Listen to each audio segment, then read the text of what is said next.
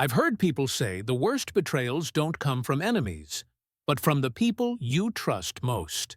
Back then, I didn't fully understand what that meant.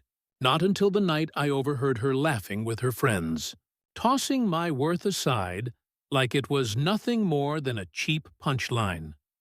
It was a Friday evening, one of those nights where I let her talk me into tagging along even though I was tired from work. She and her group of friends had planned a small get-together at a bar downtown. Nothing fancy, just drinks, music, and catching up. She insisted I come, even though I never felt entirely comfortable around them. They had their inside jokes, their shared history, and I was always the outsider. Still, she said it would mean a lot if I showed up, so I did. We arrived together, and at first, things seemed fine. I bought the first round, she kissed me on the cheek, and her friends greeted me politely enough. But after a while, the seating arrangement shifted. She slid over to sit closer to one of her girlfriends, and I ended up a little farther down the table, chatting with someone about work and pretending I fit in. Then the conversation took a turn. I didn't catch what started it. Something about families, traditions, parents being strict. But I'll never forget what followed. One of her friends asked, half teasing, "So, when are you gonna let him meet your family?" I looked up just in time to see her laugh, her head thrown back, her hand covering her mouth. She leaned toward her friends and, in a tone filled with mockery, said, "I'd never let him meet my family. He's too embarrassing." The table erupted in laughter. I froze. She grinned, shaking her head, still chuckling. "No, seriously. My parents are super judgmental. They'd eat him alive. He's just not their type, you know." Her friends laughed harder, nodding, piling on with little comments. Someone said, "Yeah, I can see that." Another added, "He's sweet, but maybe not the family-approved kind." And the whole time, I sat there, my drink sweating in my hand, my face burning, pretending I hadn't just been gutted in front of a crowd.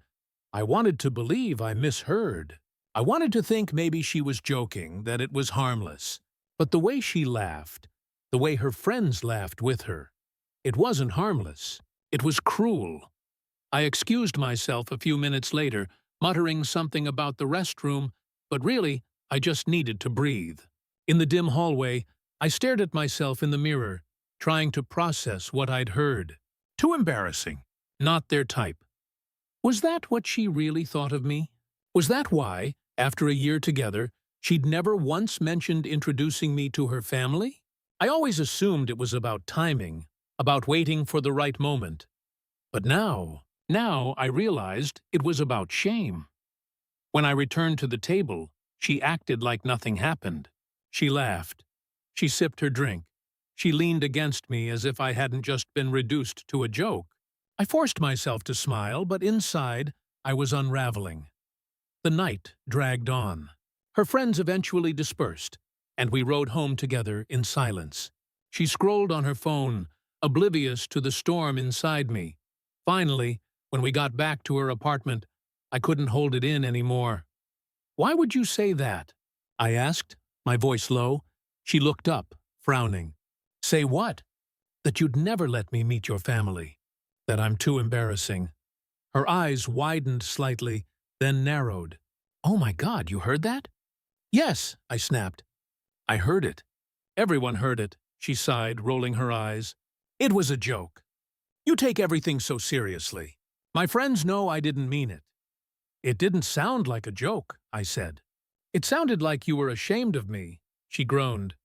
"I'm not ashamed of you. You're just different from what my family expects, okay?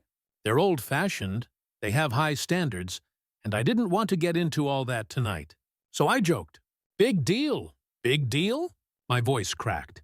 "You humiliated me. In front of everyone. Do you have any idea how that felt?" She crossed her arms. "You're overreacting. You always do this. You can't take a joke, and you make everything about you." I stared at her, stunned. The woman I thought loved me couldn't even acknowledge my pain. She couldn't see, or didn't care, that her words had cut me to the core. That night, I barely slept. I lay awake beside her, staring at the ceiling, thinking about the future, about what it would mean to be with someone who laughed at me behind my back, who thought of me as not good enough for her family. I pictured holidays, family dinners, milestones, and in every picture, I wasn't there. Not because I didn't want to be, but because she didn't want me there, because she was embarrassed. And that's when it hit me. Love isn't just about how someone treats you when you're alone together. It's about how they treat you in public, how they speak about you when you're not in the room, how they carry your name in conversations with others. She didn't carry me with pride.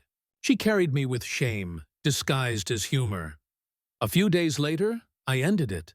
She was shocked, begged me to reconsider, insisted it was all just a misunderstanding. But I couldn't unhear it. I couldn't forget the laughter, the way she said it so easily, the way her friends nodded along. Because once you realize someone is ashamed of you, you can't go back.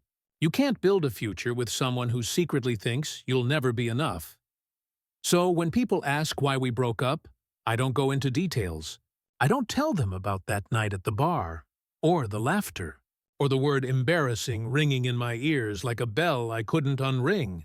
I just say, because love should never make you feel like a punchline. And deep down, I know my father's words were right. Sometimes, the way someone talks about you when you're not supposed to hear it is the truest version of how they feel. She once told her friends, laughing, that she'd never let me meet her family.